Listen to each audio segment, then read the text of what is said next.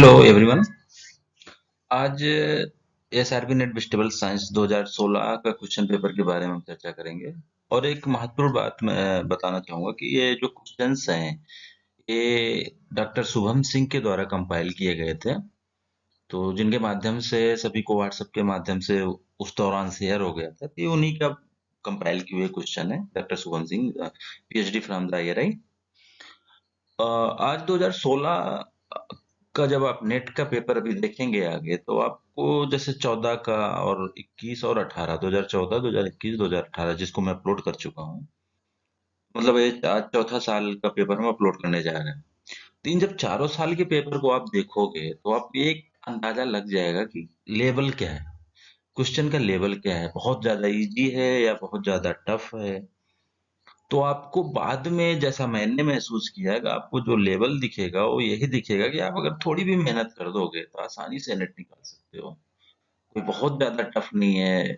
मैं तो ये कहता हूँ कि अगर आप 2 महीने रोजाना 5 घंटे भी पढ़ दो तो बहुत अच्छे से आप SRB नेट निकाल सकते हो। अच्छे से मतलब कि मोर देन 60% से निकाल सकते हो। बहुत आसान होता है और आसानी से आप निकाल सकते हो। तो चलो हम शुरू करते हैं 2016 का पेपर। और ये भी पॉइंट वाइज ही है, ऑब्जेक्टिव वाइज में मैं नहीं गया हूँ, पॉइंट वाइज थोड़ा बहुत डिस्कस कर लेंगे क्वेश्चन में कि जैसे उससे रिलेटेड क्वेश्चन कौन से और पूछे जा सकते हैं या कौन से पूछे जाते रहे हैं, पूछे जाते हैं। पहला, SCN, hydrocyanic acid is an anti nutritional factor present in. तो बहुत सारे वेजिटेबल क्रॉप्स देखा जाए तो ये प्रोडक्टिव फूड हैं, नो डाउट। इसमें विटामिन और मिनरल्स पाए जाते हैं, एंटीऑक्सीडेंट्स पाए जाते हैं और भी बहुत सारे कंपाउंड्स पाए जाते हैं। लेकिन इसमें एंटी न्यूट्रिशनल वीक फैक्टर्स भी पाए जाते हैं, जैसे कि SCN, हाइड्रोसायनिक एसिड, आपका टेपियोका में पाया जाता है। जबकि टेपियोका क्या है, कार्बोहाइड्रेट का सबसे अच्छा सोर्स होता है। तो ये जो सबसे ज्यादा टेपियोका में पाया जाता है, लेकिन इसमें एंटी न्यूट्रिशनल फैक्टर कौन सा है? SCN। कि ज्वार में होता है, गर्मी के सीजन में ज्वार में हम लोगों ने देखा होगा ना। ऐसी एंटी न्यूट्रिशनल फैक्टर और किसमें किसमें पाए जाते हैं जो बहुत इंपॉर्टेंट होते हैं, जनरली जो बीन्स लेग्यूम्स में होते हैं, वो दो होते हैं, ट्रिप्सिन इनहिबिटर और फाइटिक एसिड। ये भी बहुत पूछा जाता है। लीफी वेजिटेबल्स में आपके ऑक्जेलेट्स पाए जाते हैं, ऑक्जेलिक एसिड पाया जाता है, जिसके कारण जैसे अमरंथस है, अमरंथस बहुत अच्छा सोर्स है विटामिन ए का।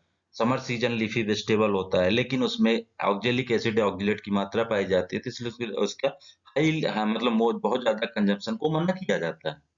फिर एलिफेंट फूट याम या कोलोकैसिया अरवी या सूरन या जमीकंद जिनको बोलते हैं, उसमें देखो हम उसको खाते हैं तो जीभ में मतलब कटने सा लगता है। तो कैल्शियम ऑक्जिलेट के कारण होता है। आंवले में भी कैल्शियम ऑक्जिलेट पाया जाता है, असैलापन जिसको हम बोलते हैं।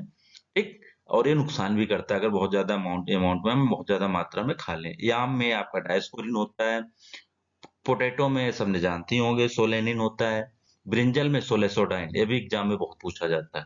टोमेटो में टोमेटाइन होता है। कोल क्रॉप्स में सिनिग्रिन, ये भी बहुत इंपॉर्टेंट क्वेश्चन है, ये भी बहुत पूछा जाता है, सिनिग्रिन। वाटरमेलन में सेरोटोनिन, ये भी इंपॉर्टेंट क्वेश्चन है, सेरोटोनिन वाटरमेलन में पाया जाता है। और कुकुरबिट्स में कुकुरबिटेसिन। सेरोटोनिन भी कुकुरबिटेसिन ई का एक रूप है, सेरोटोनिन, जो वाटरमेलन में पाया जाता है। और ब्रॉड बीन में एक होता है विसिन, वाइसिन, वो भी बहुत इंपॉर्टेंट है। तो कुछ बहुत इंपॉर्टेंट होते हैं, जैसे एक बार फिर से मैं रिपीट कर दे रहा हूँ, विसिन, ब्रॉड बीन, कुकुरबिटेसिन, कुकुरबिट्स। याम में डायस्कोरिन पाया जाता है, सोलेनिन, सोलेसोडाइन, टोमेटाइन, क्रमशः पोटैटो, ब्रिंजल और टोमेटो में पाए जाते हैं। कोलोकैसिया और एलिफेंट फूट याम में आपका कैल्शियम ऑक्जेलेट पाया जाता है। लीफी वेजिटेबल वेजिटेबल में ऑक्जेलिक एसिड्स पाए जाते हैं।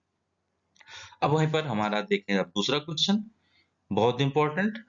अगर इसको देखा जाए तो दूसरा क्वेश्चन है सल्फोराफेन। अब सल्फोराफेन क्या है?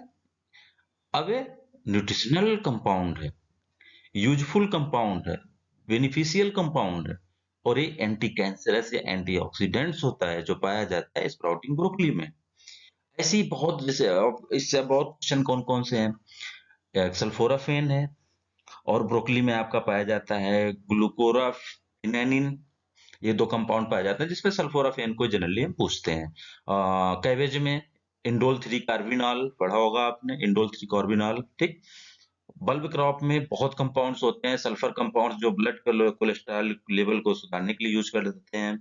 डाइफिनाइलामीन होता है जो डायबिटिक पेशेंट के लिए यूज करते हैं। क्वेरसेटिन होता है जो कैंसर एंटी कैंसर प्रॉपर्टी है, और एलिसिन भी एलिसिन एंटीबैक्टीरियल, मतलब 4 कंपाउंड बल्ब क्रॉप ओनियन में पाए जाते हैं। सल्फर, डाइफिनाइलामीन, क्वेरसेटिन और एलिसिन। उसके बाद सैलरी में, ये सैलरी का भी क्वेश्चन बहुत इंपॉर्टेंट है। इस उसमें हाइपरटेंशन के लिए यूज किया जाता है। उसका जो कंपाउंड होता है सैलरी में, वो होता है 3N ब्यूटाइल एथलाइट। बहुत इंपॉर्टेंट है ये भी। लेट्यूस में ल्यूटिन पाया जाता है जो कि एंटीऑक्सीडेंट्स है, ये भी बहुत पूछा जाता है कॉम्पिटिटिव एग्जाम में। और टोमेटो में सबको पता है तो आपका लाइकोपिन जो कि एंटीऑक्सीडेंट्स का काम करता है, और बिटर गार्ड में आपका एक चेरेटिन कि डायबिटिक पेशेंट के लिए यूज किया जाता है। तीसरा क्वेश्चन है spacing for plant to plant है रो टू रो इन बासेल्ला। देखो, बासेल्ला एक हमारा ट्रेडिशनल लीफी वेजिटेबल है जो हमारे यहाँ हमारे बूढ़ बुजुर्ग पूर्वज लोग उगाया करते थे। इंडियन ओरिजिन होता है, इसीलिए बासेल्ला को इंडियन स्पिनच, मालाबार स्पिनच और हिंदी में पोई बोलते हैं। ठीक, ये समर लीफी वेजिटेबल अमेरंथस और बासेल्ला और पार्चुलाका तीन इंपॉर्टेंट समर लीफी वेजिटेबल होते हैं। ठीक, इसका पार्ट्स कौन सा खाते हैं बासेल्ला का? बासेल्ला का जनरली जो पूरा मतलब हो mature immature green, sorry mature, एक मिनट, ग्रीन टेंडर लीव और immature stem. Green tender leave और इमेच्योर जो नए स्टेम होंगे उनको, और जो उसका ग्रीन होगा उस ग्रीन लीव्स होगा उसको खाते हैं। इसमें स्पेसिंग 45 इंटू 30 सेंटीमीटर रखा जाता है, और इनका जो सीड रेट पूछा जाता है वो बहुत इंपॉर्टेंट होता है। वो जनरली होता है 12 से 15 केजी प्रति हेक्टेयर। बहुत इंपॉर्टेंट है, ये पूछा जाता है कम्पिटिटिव एग्जाम में। मैंने शायद जब पंतनगर पीएचडी दिया था तभी पूछा गया था seed rate of बासेल्ला per hectare. ठीक, तो 12 से 15 केजी पर हेक्टेयर, इसको याद कर लेना। Amaranthus is a monoecious and annual herb, no doubt. Amaranthus से और भी क्वेश्चन बहुत पूछे जाते हैं। देखो, जैसे विटामिन या विटेट या कैरोटीन और थायमिन का रिसोर्स होता है। साथ में ये क्रॉस पॉलिनेटेड मोनोसियस है, क्रॉस पॉलिनेशन होगा।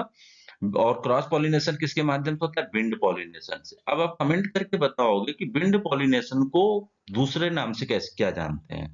जैसे इंसेक्ट पॉलिनेशन को हम एंटोमोफिली बोल देते हैं ना, ऐसे विंड पॉलिनेशन को क्या बोलते हैं? और एमेरंथस की खासियत, ये ड्रॉट टॉलरेंट भी होता है। इसको चौलाई बोलते हैं, और पुअर मैन्स लीफी वेजिटेबल भी बोलते हैं। ठीक, इसका भी सीड रेट बहुत इंपॉर्टेंट है। इसका सीड रेट होता है 1 से 1.5 केजी प्रति हेक्टेयर। ये भी कम्पिटिटिव एग्जाम में बहुत पूछा जाता है। मेरे ख्याल से 2014 ऐसा नेट में पूछा गया था, what is the seed rate of amaranthus for 1 hectare. तो 1 से 1.5 केजी प्रति हेक्टेयर। इसका फ्रूट टाइप भी पूछ लेते हैं। फ्रूट टाइप इसका यूट्रिकल होता है, और इनफ्लोरेसेंस ग्लोमेरुल होता है। हाँ, ठीक। और इसकी जो वैरायटियां हैं जनरली लीफ पर्पज के लिए ट्राइकलर और ब्लाइटम है, और सीड पर्पज के लिए हाइपोकॉन्ड्रियकस है। ठीक, Virginia savoy is the variety of spinach. ठीक है, इसमें कोई वो नहीं है। वर्जीनिया शैवो और एक अली स्मूथ लीफ दो वैरायटी हैं जो बहुत कॉमन होती है स्पिनच में, जिसका क्रोमोसोम नंबर होता है 12, जिसको हम विलायती पालक या कटीली पालक बोलते हैं स्पिनच को। ठीक, tomato was introduced during British period by royal agriculture horticulture society Calcutta के माध्यम से हुआ था। 1828 में भी पूछ लेते हैं। लीफ कल वायरस अगर टोमेटो में कम करना है तो फरवरी से मार्च के सीजन में, खास करके नॉर्थ इंडियन कंडीशन में क्या होता है, जब ऑटम सीजन जुलाई अगस्त में इसकी प्लांटिंग करते हैं, तो ऑटम मतलब उधर अक्टूबर नवंबर जब ऑटम सीजन बोलते हैं उसमें वायरस अटैक बहुत होता है। तो इसलिए बोलते हैं कि अगर हम इसका नर्सरी फरवरी मार्च में सोइंग करेंगे तो वो लीफ का अटैक थोड़ा कम होता है समर सीजन में। क्राई वन ने was successfully used for fruit borer in tomato. ठीक है, 11वां क्वेश्चन था, introgression gene in tomato is transferred by. जो इसका second current form of tomato होता है, जो लाइकोपर्सिकम सब जीनस का जो दूसरा स्पीसीज है पिंपनेलिफोलियम। जनरली मोस्टली टमाटर में सारे जीन लगभग पिंपनेलिफोलियम से ही ट्रांसफर किए जाते हैं। और इसका जैसे एंसेस्टर टोमेटो का पूछ लेते हैं तो एंसेस्टर सेरासी फॉर्मी होता है, लेकिन जो मोस्टली जीन ट्रांसफर किए जाते हैं वो पिंपनेलिफोलियम से किए जाते हैं। Tomato fruit drop and poor fruit set generally night temperature जब 13 डिग्री सेल्सियस या 14 डिग्री सेल्सियस के नीचे होता है तो पॉलन जर्मिनेट करना बंद हो जाता है, जिसके कारण उसमें फ्रूट सेटिंग नहीं होगी या फ्रूट ड्रॉप हो जाएगा, या आपका टेम्परेचर अगर 30 से 32 से ज्यादा जा रहा है तब भी flower fruit drop condition tomato में होगा, टोमेटो, ब्रिंजल, चिली तीनों में। Fruit cracking due to dry spell followed by irrigation, boron deficiency, stress, ये सभी फ्रूट क्रैकिंग के कारण होते हैं किसमें, टमाटर में। जबकि वहीं कैल्शियम डिफिशियंसी से टोमेटो में ब्लॉसम एंड रॉट होता है। ठीक है, कैल्शियम और भी होते हैं। कैल्शियम डिफिशियंसी से ब्लॉसम एंड रॉट होता है, पोटेशियम डिफिशियंसी से ब्लॉची राइपेनिंग हो जाता है, कैट फेस भी पाया जाता है जब हम टमाटर को एबनॉर्मल कंडीशन में उगाते हैं। ठीक, For commercial 16 question for commercial seed extraction purpose tomato is harvested at a red ripe stage। मतलब जैसे टमाटर में हार्वेस्टिंग स्टेज बताया जाता है, green mature stage, breaking breaker stage, और pink stage, red ripe stage, red ripe stage या over ripe stage जिसको हम कहते हैं। तो जो सीड एक्सट्रैक्शन करते हैं हम रेड राइप स्टेज पे करते हैं। ठीक है, अगर हम डिस्टेंस मार्केट में भेजना होता है तो ब्रेकर स्टेज पे हम तोड़ते हैं, और लोकल मार्केट में भेजना होता है तो राइप स्टेज पे हम तोड़ते हैं।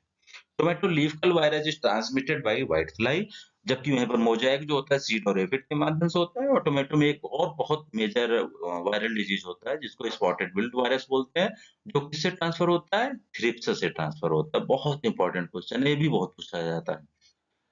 जनरली 1 केजी ऑफ टमाटर से हम 1 केजी ऑफ टोमेटो से कितना मतलब 1 केजी टोमेटो सीड यील्ड कितने टमाटर से कितने केजी किलोग्राम टमाटर से प्राप्त होगा। ये आ गया तो क्वेश्चन 160 से 200, अगर हमारा मतलब 160 टू 210 केजी टोमेटो होगा तो उससे हमें 1 केजी टमाटर का बीज प्राप्त होगा। Tomato Canning temperature 110 degree Celsius, Canning temperature generally 100 के ऊपर ही होता है। ठीक, और कैनिंग में जैसे फ्रूट करें, अगर कैनिंग में जो सॉल्यूशन यूज करते हैं दो प्रकार का हम उसमें साल्ट, सो एक तो ब्राइन सॉल्यूशन होता है जो वेजिटेबल में यूज करते हैं जो जिसमें साल्ट मिलाते हैं, और दूसरा सिरप सॉल्यूशन जिसको फ्रूट में यूज करते हैं जिसमें शुगर मिलाते हैं। और 100 डिग्री सिरपिंग जो होता है 100 से 110 के आसपास होता है, और 110 के ऊपर 110 टू 121 के आसपास आपका ब्राइनिंग होता है जो वेजिटेबल्स में करते हैं। For uniform ripening in tomato which growth regulator generally ethylene, अगर यूनिफॉर्म राइपेनिंग करनी है राइपेनिंग इथाइलिन को राइपेनिंग हार्मोन भी बोला जाता है। Isolation distance for tomato for production of foundation है ब्रीडर सीड। फाउंडेशन और ब्रीडर मैंने आइसोलेशन डिस्टेंस पे वीडियो बना रखा है, आप लोग उसको जाके देख सकते हैं हमारे चैनल में। तो फाउंडेशन और ब्रीडर सीड का एक होता है आइसोलेशन डिस्टेंस, और सर्टिफाइड सीड का उसका जस्ट आधा हो जाता है लगभग। तो 50 मीटर ब्रीडर और फाउंडेशन सीड का होता है, और सर्टिफाइड सीड का 25 मीटर होता है। Which is not associated with parthenocarpy, उसमें बहुत सारे हार्मोन दिए गए थे, gibberellic acid, sorry abscisic acid, ethylene, auxin या और भी जो कुछ रहे होंगे। तो ये एब्सिसिक एसिड और इथाइलिन जनरली पार्थिनोकार्पी से नहीं रिलेटेड होते हैं। ऑक्जिन में 2,4-डी और जिबरेलिक एसिड है पार्थिनोजेनेसिस, पार्थिनोकार्पी फ्रूट को बढ़ाते हैं। पार्थिनोकार्पी फ्रूट मतलब development of fruit without seed, मतलब ऐसे फल जिसमें बीज न पाए जाते हो पार्थिनोकार्पी फ्रूट कहलाते हैं। Cry 1 A B, cry 1 A C gene brinjal में पाए जाते हैं सूट एंड फ्रूट बॉलर के लिए। ठीक, Pusa purple long was developed by doctor H we Singh. Brinjal growth is restricted below 17 degree Celsius, और ब्रिंजल सीड जर्मिनेशन भी बहुत पूछा जाता है। Brinjal seed germination 25 degree Celsius पे बहुत अच्छा होता है।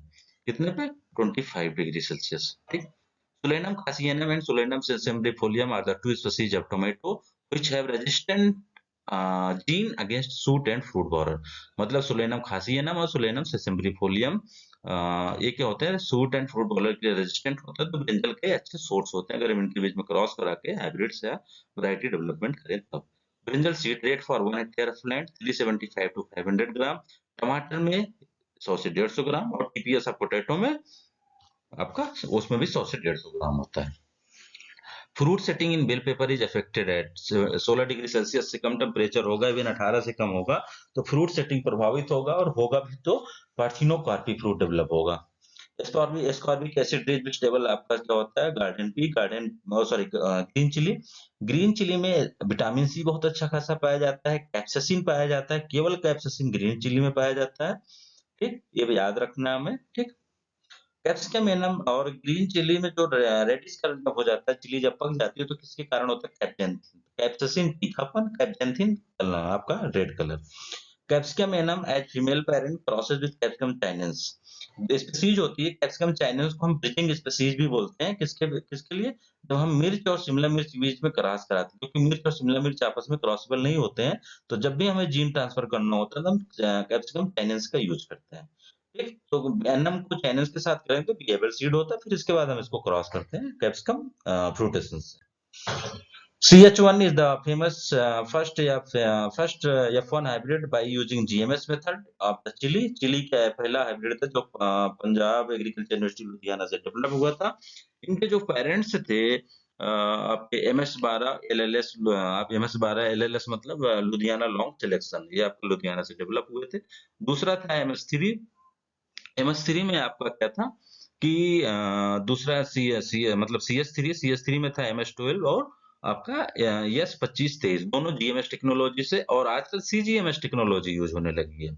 उसमें भी मॉडिफाइड साइटोप्लाज्मिक स्टेबिलिटी भी हम उसको बोलते हैं, जो हमारा नेक्स्ट क्वेश्चन है, जिसमें आपकी कई वैरायटियां हैं, जैसे कि अर्का मेघना है, अर्का श्वेता है, अर्का हरिता है, और काशी से एक वैरायटी काशी सुर्ख है। ये 4 वैरायटियां हैं जो CGMS बेस्ड चिली हाइब्रिड है।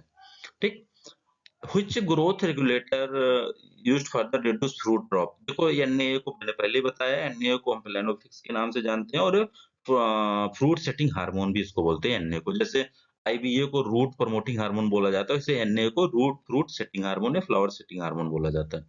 डिप्लॉयड बिटवीन ब्रेस्का नेपस एंड ब्रेस्का रापा। ब्रेस्का नेपस जिसको हम कैनोला ऑयल या जो भी प्राप्त करते हैं, किसके बीच का क्रॉप होता है, जो क्रॉस होता है जनरली ब्रेस्का रापा और ब्रेस्का ओलेरेसिया, मतलब सरसों और हमारे उसके फूल गोभी से इनसे क्रॉस हुआ है। तो जिससे इसका जीनोमिक कॉन्स्टिट्यूशन क्या होता है, ACC। ठीक, क्या होता है, AACC।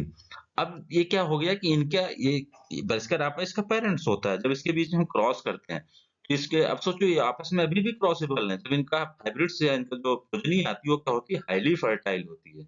ये चीज हमें याद रखना है, ठीक है, क्या होती है, हाईली फर्टाइल होती है। दूसरा टर्मेट जैसे ब्रेस्का रापा का ए होता है, ब्रेस्का ओलेरेसिया का सी होता है, ठीक है, ब्रेस्का नाइगेरा का बी होता है। ब्रेस्का नेपस किसके बीच का क्रॉप था, रापा और ओलेरेसिया का। अगर आप यू ट्रायंगल पढ़ोगे जब इसमें क्रूसीफेरस में, तब समझ में आएगा। Pusa डर्मेट one of the most, सबसे बड़ा मतलब इसका हेड साइज होता है पूसा डर्मेट का। ये जापान से जापान ने इंट्रोड्यूस्ड हुआ था, फिर भारत में इसको डेवलप किया गया था, ठीक है। For early crop, cabbage is sown during July-August. Most famous variety Pusagi थी। Heat tolerant varieties of cabbage tolerate a temperature up to 25 to 30 degrees Celsius. वही सेम चीज। Vernalization period for cabbage should be more than 45 days, और temperature जो होना चाहिए वो 6 से 7 weeks के लिए 5 से 8 डिग्री सेल्सियस होना चाहिए। Beneficial to spray urea twice at 15 days interval before cabbage head formation 0.5 to 1%, जिससे आपका सीड प्रोडक्शन पोटेंशियल बढ़ता है। Early varieties of cabbage seed drill 350 to 450 ग्राम, और मेन क्रॉप जो होता है जनरली मेन क्रॉप पूछते हैं 500 से 650 ग्राम। स्टंप मेथड का मतलब क्या होता है, stump method is the one of the मतलब famous seed production method in cabbage. Removal of curd या head and kept remain stump, मतलब जो उसमें कर्ड या हेड होता है जो हम खाते हैं कैबेज में फूल गोभी में, उसको हटा दो। फिर उसके बाद क्या होता है कि उसमें से फिर स्टार्क, फ्लावरिंग स्टार्क निकलना शुरू होता है। तो ये जनरली हम इसको ब्रिंज इसमें कैबेज में और इस सब में इसको हम फॉलो करते हैं। ठीक, इंडिया एक क्वेश्चन बहुत, next question, Indian cauliflower type is more efficient, semi erect type is the most efficient. ठीक, the tropical heat tolerant Indian cauliflowers have been classified on the basis of, जैसे हम जानते हैं कि कॉलीफ्लावर हमारा क्या है, थर्मोसेंसिटिव का क्रॉप है। कॉलीफ्लावर क्या है, थर्मोसेंसिटिव क्रॉप है। तो इसमें जो कर्ड इनिशिएशन और कर्ड डेवलपमेंट के आधार पर हम क्या करते हैं, उसको क्लासिफाइड करते हैं। जो जैसे जिसमें गर्मी में जून जुलाई में हो गया उसको हम क्या करते हैं, एक्स्ट्रा अर्ली। उसके बाद अगर अगस्त में आ रहा है अर्ली, अक्टूबर नवंबर में हो रहा है तो मिड सीजन, उसके बाद मिड लेट, फिर लेट, मतलब ये 4-5 उस कैटेगरी में हम टेम्परेचर रिक्वायरमेंट, टेम्परेचर के आधार पर क्या है क्लासिफाइड किए हैं। Generally winter vegetables is stored at 0 to 4 degree Celsius, 0 to 2 degree Celsius. Snowball type variety has been selected from EC 120-13 and ये cross between EC 12012। कौन सी वैरायटी थी, पूसा स्नोबॉल 2, मतलब इसका जो पेरेंट्स हैं दोनों हाइब्रिडाइजेशन पेडिग्री मेथड से डेवलप हुआ EC 120-13, 120-12। ब्राउनिंग इन कॉलीफ्लावर बोरान डिफिशियंसी बहुत कॉमन है। व्हिटियल आपका मॉलिबेडेनम डिफिशियंसी होता है। ब्रेस्का ओलेरेसिया वैरायटी सिल्वेस्ट्रिस ये अब देखो क्या होता है कि जितने भी फुल क्रॉप्स 6 के 6 हैं, cauliflower, cabbage, broccoli, knoll call, Brussels sprout और केल, ये सब के सब क्या है कि एक पेरेंट कोल मतलब जो वाइल्ड कैबेज था वेस्को ओलेरेसिया वैरायटी सिल्वेस्ट्रिस, उनसे ओरिजिनेट हुए हैं, जिसमें सबसे पहला ये माना जाता है कि सबसे पहले नॉल कॉल ओरिजिनेट हुआ। नॉल कॉल और केल, इनके बाद भी क्या हुआ, म्यूटेशन के माध्यम से कॉलीफ्लावर और आपका कैबेज डेवलप हुए, फिर आपका ब्रसेल्स स्प्राउट और ब्रोकली डेवलप हुए। तो ये जैसे कॉलीफ्लावर का जो एंसेस्टर माना जाता है वो ब्रासिका ओलेरेसिया वैरायटी, आपका जो क्रेटिका माना जाता है, ब्रासिका क्रेटिका या ब्रासिका ओलेरेसिया वैरायटी क्रेटिका बोल देते हैं, वो भी बहुत पूछा जाता है, तो भी हमें याद रखना है। ब्रासिका ओलेरेसिया वैरायटी सिल्वेस्ट्रिस लगभग सभी कोल क्रॉप्स को होते हैं, लेकिन अगर स्पेसिफिक पूछ लिया कि कॉलीफ्लावर का क्या है और वहां पर सिल्वेस्ट्रिस नहीं है, क्रेटिका है, तो वहां पर हमें ऑप्शन क्या लगाना है, ब्रासिका क्रेटिका। ठीक। 49 to reduce the incidence of whiptail disorder in cauliflower, वही अमोनियम मॉलिब्डेन आपका 4 से 5 केजी प्रति हेक्टेयर। White Vienna and purple Vienna is the most popular variety of the knol khol, और दो वैरायटियां और डेवलप हुई हैं जिसमें हम क्या जानते हैं, king of north, Pusa Virat, दो वैरायटियां और हैं। एक पालम टेंडर नॉब, ये कुछ वैरायटियां हैं, तो पालम टेंडर नॉब, पूसा विराट और किंग ऑफ नॉर्थ, इसकी वैरायटी है नॉल खोल की। और इसका जो पार्ट होता है एडिबल क्या होता है, जस्ट ग्राउंड के ऊपर क्या होता है, स्टेम थोड़ा मोटा हो जाता है जिसको हम नॉब बोलते हैं, स्टेम नॉब बोलते हैं। और नॉल खोल का सीड रेट ज्यादा होता है, 1 केजी के आसपास होता है, 1 केजी प्रति हेक्टेयर, जबकि और जो हमारे कोल क्रॉप्स उनका 300 से 500 ग्राम प्रति हेक्टेयर होता है, क्योंकि इसका सीड वेट और थोड़ा नॉल खोल थोड़ा कम स्पेस पे लगता है, स्पेसिंग भी इसकी कम होती है, इसलिए इसका सीड रेट ज्यादा होता है। Next question, optimum temperature for sprout 15 से 20 डिग्री सेल्सियस, लगभग जितने भी हमारे कोल क्रॉप्स हैं ऑप्टिमम टेम्परेचर 15 से 20 डिग्री सेल्सियस होता है। Temperature requirement for broccoli fertilization है पॉलिनेशन आपका 12 से 16 डिग्री सेल्सियस, ठीक है। Causal organism for powder mildew of muskmelon, तो वहां पर कई ऑप्शन थे जिसमें मतलब उसमें नहीं था, और जैसे कि हमें पता है कि इसका इरिसैफी स्पीसीज होता है, जैसे मटर में इरिसैफी पोलोगोमी है, तो मस्क मिलन में आपका क्या होता है, इरिसैफी, चिकोरा सियरम और स्पेरोथीका फिलोजीनिया, दो होते हैं, स्पेरोथीका और आपका Erysiphe. Grafting technique in watermelon is used for, generally watermelon में फ्यूजेरियम विल्ट डिजीज आता है जिसके लिए हम ग्राफ्टिंग टेक्निक को यूज करते हैं। हाइब्रिड विगर आपका एक कंक्यूरर इसकी वैरायटी है जो फ्यूजेरियम विल्ट रेजिस्टेंट है, तो किसी भी हमें क्रॉप पे अगर हमारा अच्छी क्रॉप है तो उसी में हम उसको क्या करते हैं, ग्राफ्ट कर लेते हैं कंक्यूरर वैरायटी पे। Hybrid vigour in cucurbits is exploited in form of marker या जीएमएस टेक्नोलॉजी। प्रोजेनेटर आपको मतलब ये मार्कर फॉर जीएमएस टेक्नोलॉजी है, जो मेल स्टेरिलिटी सिस्टम के लिए जैसे पाए जाते हैं, नॉन लिव्ड में इसमें पाया जाता है, वाटरमेलन में ग्लैब्रस सीडलिंग भी कई उसमें पाया जाता है, ठीक है, पहचान कर लेते हैं। प्रोजेनेटर आपको कुकुम्बर, बहुत से क्रॉप की बहुत सारे प्रोजनी होती हैं, सॉरी एंसेस्टर होते हैं, एंसेस्टर या प्रोजेनेटर, ठीक। जैसे कुकुम्बर का कुकुमिस हाइड्रिकी, वैसे गार्डन पी का बहुत पूछते हैं, पाइसम इलेटियस, टोमेटो का पहले मैं बताया था अभी, Solanum esculentum variety cerasiforme, watermelon Citrullus कैलोस सॉरी कैलोस सिंथवाइड्स, ऐसे है करके, वो थोड़ा कंफ्यूज हो रहा हूँ मैं। गार्लिक का एलियम लॉन्गिकस्पिस, और ओनियन का एलियम बेबलोई, ठीक है।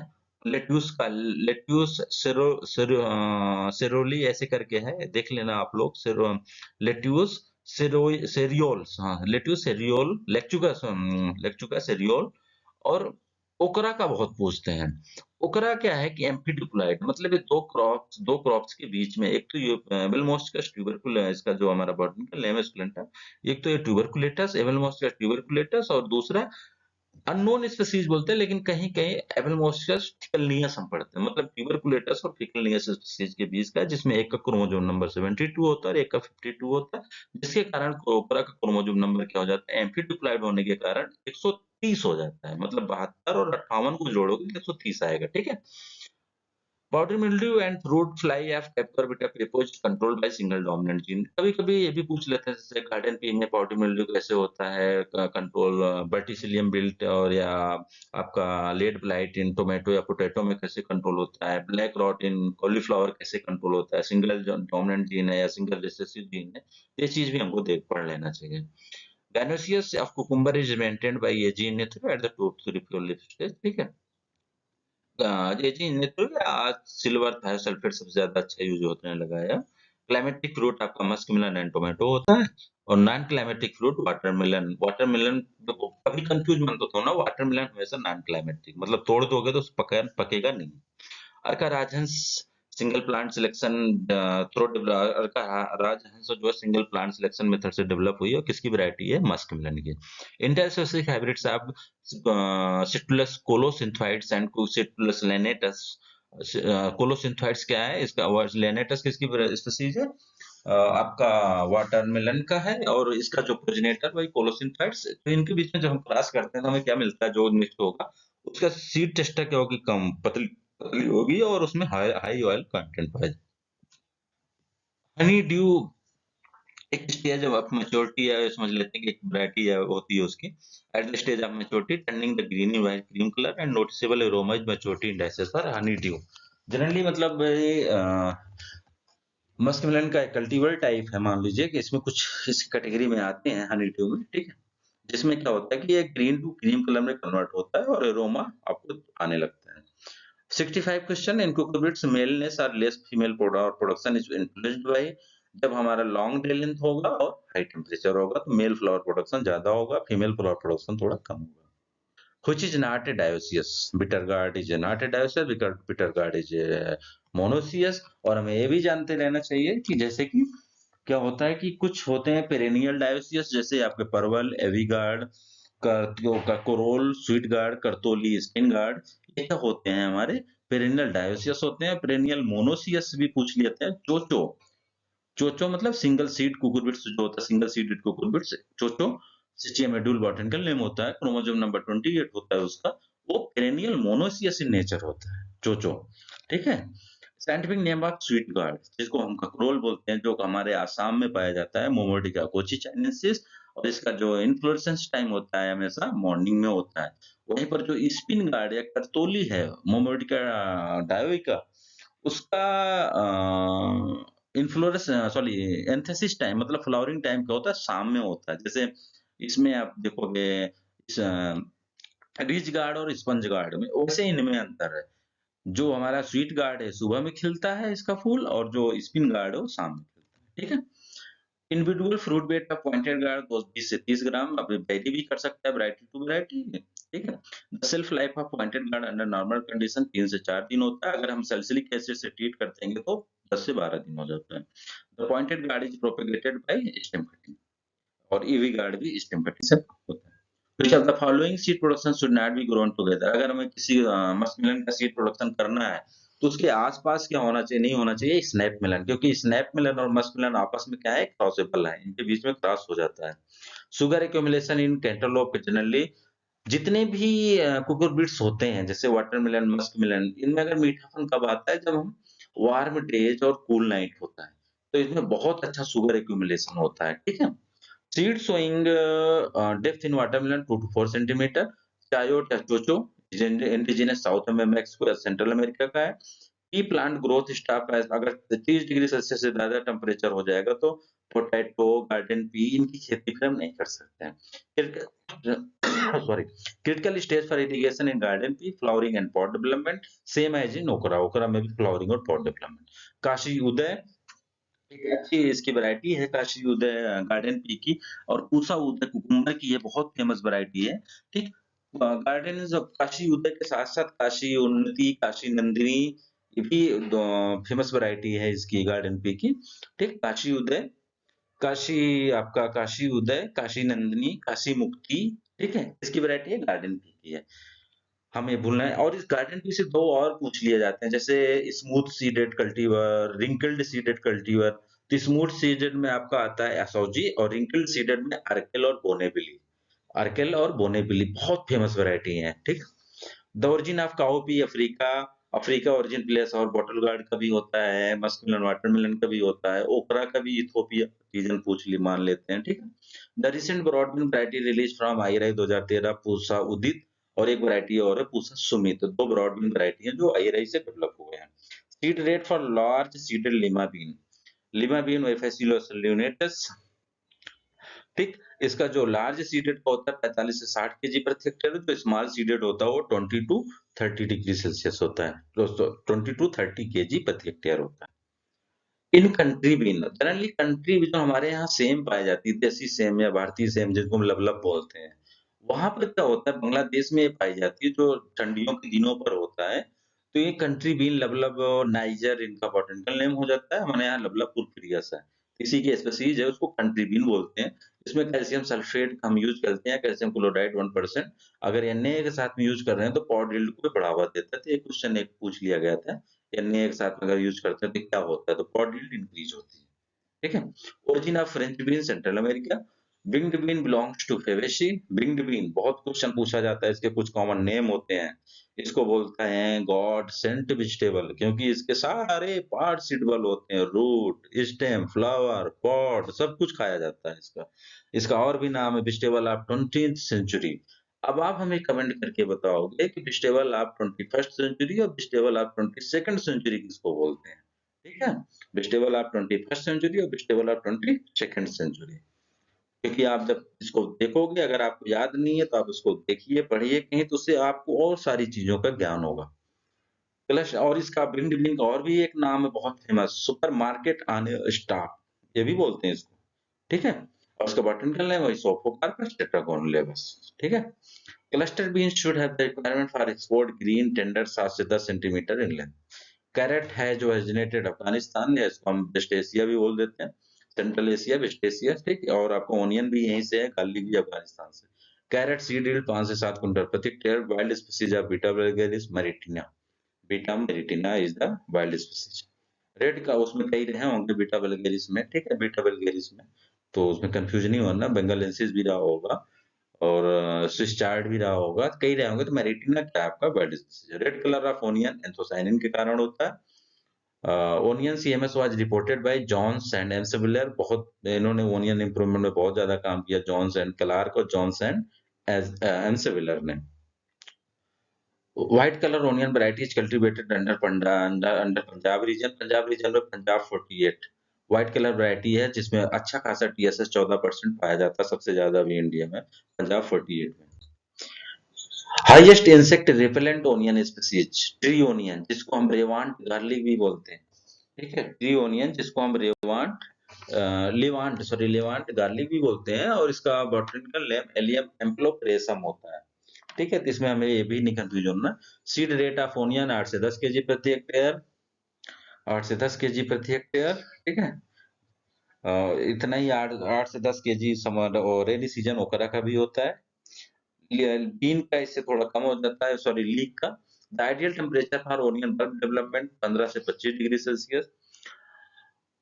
टेम्परेचर और फोटो पीरियड, ये दो चीज है। मतलब ओनियन में टेम्परेचर और फोटो पीरियड, ये दो इंपॉर्टेंट होते हैं। एक होता है सीड स्टैक डेवलपमेंट के लिए, एक होता है बल्ब डेवलपमेंट के लिए। ठीक है। Onion bolting occurs below 15 degree Celsius, अगर जब भी हमारे यहाँ लॉन्ग डे कंडीशन होने लगेगा तब भी। तो लो टेम्परेचर के कारण ओनियन बोल्टिंग होती है, ये भी याद रखें। Onion variety suitable for temperate region. Brown Spanish बहुत फेमस वैरायटी, येलो कलर की होती है brown Spanish. Most famous variety of onion introduced from USA early grano. Seedling set of onion used in kharif season. क्या करते हैं कि हम इसमें नर्सरी डाल लेते हैं अप्रैल मई में, और उसका जब सीडलिंग सेट्स तैयार हो जाते हैं, छोटे छोटे उसमें वो बल्ब बने रहते हैं, तो उसी को सीडलिंग सेट्स बोलते हैं। जनरली लद्दाख रीजन में इसकी सेट्स टेक्नोलॉजी ओनियन का बहुत यूज किया जाता है। ठीक। To enhance shelf life, spraying malic hydrazide 300 ppm 3000 ppm before harvesting is done in onion। Potato में भी करते हैं, क्यों करते हैं, स्टोरेज के दौरान उसमें स्प्राउटिंग ना हो। मैलिक हाइड्राजाइड को स्प्राउटिंग सप्रेसेंट भी बोलते हैं, कि स्प्राउटिंग इनहिबिटर भी बोलते हैं, किसको, मैलिक हाइड्राजाइड को। Onion curing temperature 37.8 degree Celsius for 3 to 5 days natural है। और आर्टिफिशियल क्यूरिंग टेम्परेचर भी आपसे एग्जाम में पूछ लेंगे, जो होता है 40 degree Celsius for 16 hours. 14 degree Celsius for 16 hour, याद किए रहना इसको। सीड रेट ऑफ लीक 5 से 7 केजी प्रति hectare. Leak flowering will occur at low temperature, generally सब में होता है। यमुना सफेद टीएसएस 38 डिग्री सेल्सियस। 2014 पेपर में हम सभी का टीएसएस बताए थे, जितने भी वेजिटेबल क्रॉप हैं। आप पिछले वाले वीडियो को देख सकते हैं। Fenugreek are becoming ready for cutting of green leaf from sowing.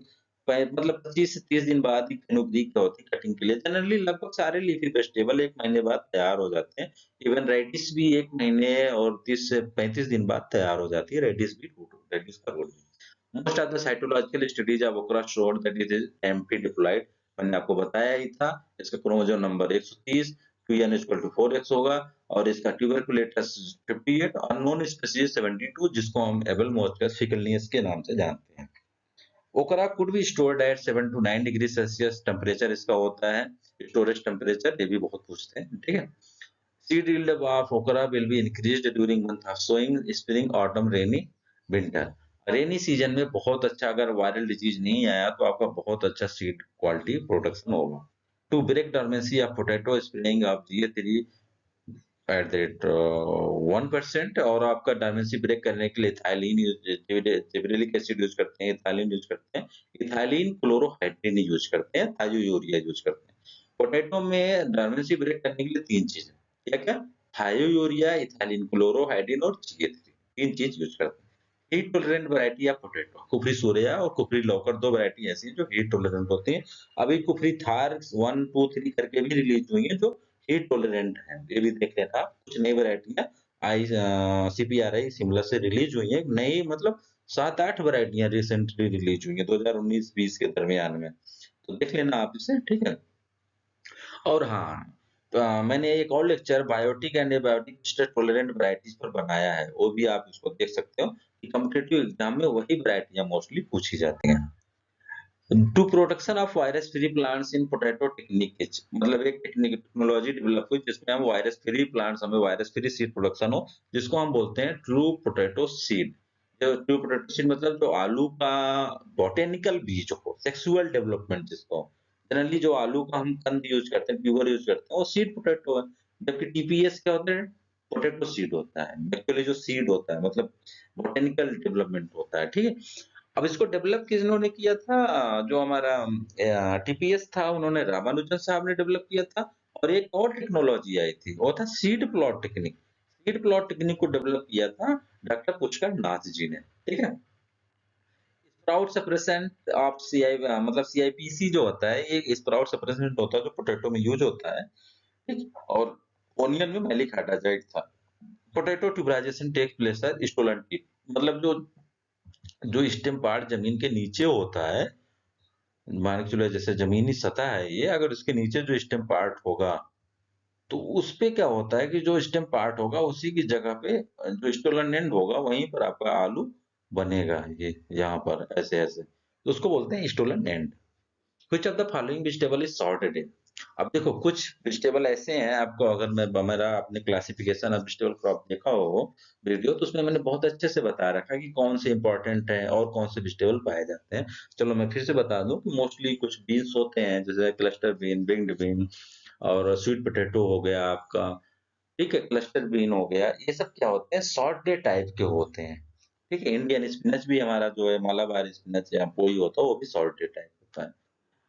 1115 question, curing temperature for sweet potato 30 से 33 डिग्री सेल्सियस। क्यूरिंग एक प्रोसेस होती है जिसमें खुदाई के बाद हम प्रोड्यूस को क्या करते हैं, हायर टेम्परेचर कंडीशन पे 2-3 दिन के लिए रख देते हैं, जिससे क्या होता है उसकी जो एपिडर्मल लेयर होती है, बाहरी लेयर होती है, प्याज का हो, आलू का हो, गाजर का हो या किसी का भी हो, वो क्या होती है, मजबूत हो जाती है। जब ऊपरी लेयर मजबूत हो जाती है तो उसकी सेल्फ लाइफ थोड़ी बहुत इंक्रीज हो जाती है, बढ़ जाती है। तो क्यूरिंग एक पोस्ट हार्वेस्ट टेक्निक है, मैनेजमेंट है, जिससे हम सेल्फ लाइफ को बढ़ाते हैं।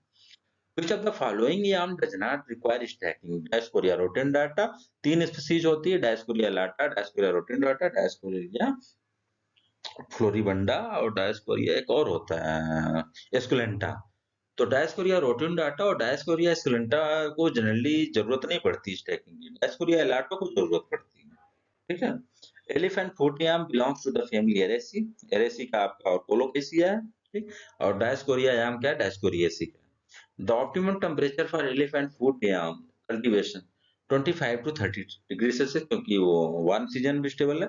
Globe artichoke is prepared by division from old crowns. और इसका जो एडिबल पार्ट ग्लोब आर्टिचोक का वो क्या है? Immature flower bud. Which of the following vegetable is known as pie plant? Rhubarb को हम पाई प्लांट भी बोलते हैं। Post harvest losses in vegetable 20 से 30% होता है, बहुत ज्यादा होता है, ठीक है।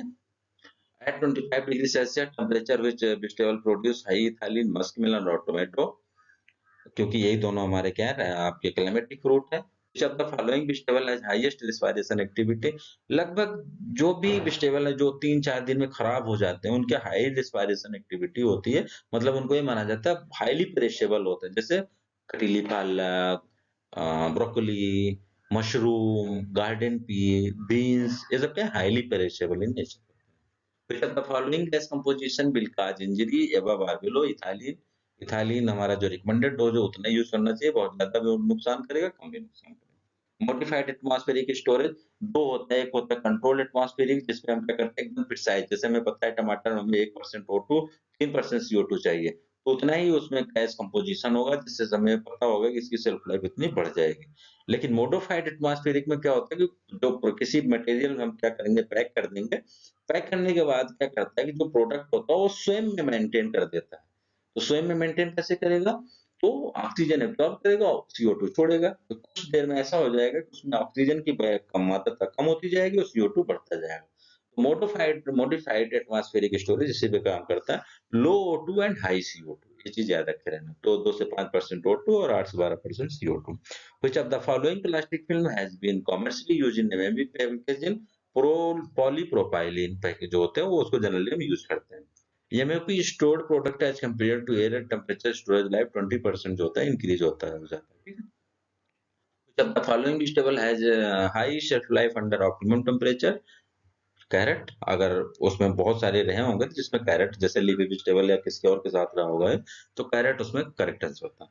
Waxing is used for the attractiveness to improve shelf life to long distance transportation. किसमें हम करते हैं? ब्रिंजल में भी करते हैं हाँ, परवल में भी करते हैं हाँ, बिटर गार्ड में भी करते हैं। तो यहाँ पर हमारा ऑल ऑफ द एबव, लगभग सारे फ्रूट वेजिटेबल में हम वैक्सिंग करते हैं, ये चीज याद रखें। Respiratory enzyme present in which organelle? Respiratory जो एंजाइम्स होते हैं हमारे वो माइटोकॉन्ड्रिया में होते हैं, क्योंकि क्रेब्स साइकिल ग्लाइकोलिसिस जो सारी चीजें होती हैं वो कहाँ होती है? माइटोकॉन्ड्रिया में होती है। Which of the following growth regulator used as a rooting hormone? Rooting hormone हम बोलते हैं एंडोल्ब्यूटारिक एसिड, और आपका fruit setting hormone an ethyleneacetic acid an जिनको हम बोलते हैं, ठीक है। Which of the following growth regulator used for the improving fruit size? ये थ्री, जैसे कि आपने पढ़ा होगा क्रेप में सीड साइज इलोंगेशन के लिए, बेरी इलोंगेशन के लिए ना, तो फ्रूट साइज या प्लांट साइज को बढ़ाने के लिए GA3 का हम यूज करते हैं। ग्रोथ रेगुलेटर हर्बिसाइड 240 को अगर हम बहुत 20 ppm से ज्यादा यूज करते हैं तो हर्बिसाइड का काम करता है, और 20 ppm से कम में यूज करते हैं 2 से 4 ppm यूज करते हैं तो एज ए हार्मोन काम करता है। अगर 20 ppm से ज्यादा होगा तो एज ए हर्बिसाइड काम करेगा। Growth hormone with senescence formation of abscission layer abscisic acid, ठीक, इसको इसलिए हम स्ट्रेस हार्मोन भी बोलते हैं बेचारे को। Florigen is stimulated from flower, जो फ्लावरिंग हार्मोन होता है वो फ्लोरिजन होता है। माइक्रोन्यूट्रिएंट कौन सा है जो ऑक्सीजन सिंथेसिस में रोल प्ले करता हो? आपका जिंक। Which of the following element is used to improve fruit quality? Potassium. 1 gram पर 1 लीटर क्या होगा? 1000 ppm, अगर 1 mg होता तो 1 ppm होता, तो 1 ग्राम में 1000 mg होगा, इसलिए इसका 1 ग्राम क्या होगा? 1000 ppm होगा। Chemical formula for potassium metabisulphite? K2H2O7, बहुत इंपॉर्टेंट है, मुझे 2 से 3 जगह एक इसका कॉम्पिटिटिव एग्जाम में मिल गया था। वहीं पर हमारा जो कैप्सिसिन है, कैप्सिसिन का आपका जो फार्मूला होता है C18H27NO3 होता है। C18H27NO3। 140 which one is not modification of stem? Tuber, bulb और राइजोम स्टेम मॉडिफिकेशन होते हैं, इवन रूट आपका जो है वो स्टेम मॉडिफिकेशन नहीं है। Isolation distance for certified seed production of beetroot, बहुत हाईली क्रॉस पॉलिनेटेड क्रॉप है, जिसमें मैंने आपको पॉलिनेशन सिस्टम में जो वीडियो बनाया हूँ उसमें बताया हूँ कि जो हाईली क्रॉस पॉलिनेटेड होते हैं 1600 metre for the breeder and foundation seed और 1000 metre for the certified seed production. Isolation distance और हाईली क्रॉस पोलिनेटेड वही देखो मैंने दे दिया है, ठीक, 500 से 1000। Which of the following seed production follow by nuclear seed production in varieties? Generally जितने भी रूट क्रॉप है उसमें हम रूट टू सीड मेथड ही फॉलो करते हैं, ठीक है, root to seed method. For distance market tomato is harvested and mature green stage है, इसको हम and breaker stage also, breaker stage और मैच्योर ग्रीन स्टेज दोनों पर हम इसको हार्वेस्ट करते हैं, क्योंकि ये क्लाइमेटिक फ्रूट है तो उस दौरान ट्रांसपोर्टेशन के दौरान ये पक जाता है, और इसमें अगर मिथाइलिन स्प्रे कर दें तो यूनिफॉर्मली राइपेनिंग हो जाती है।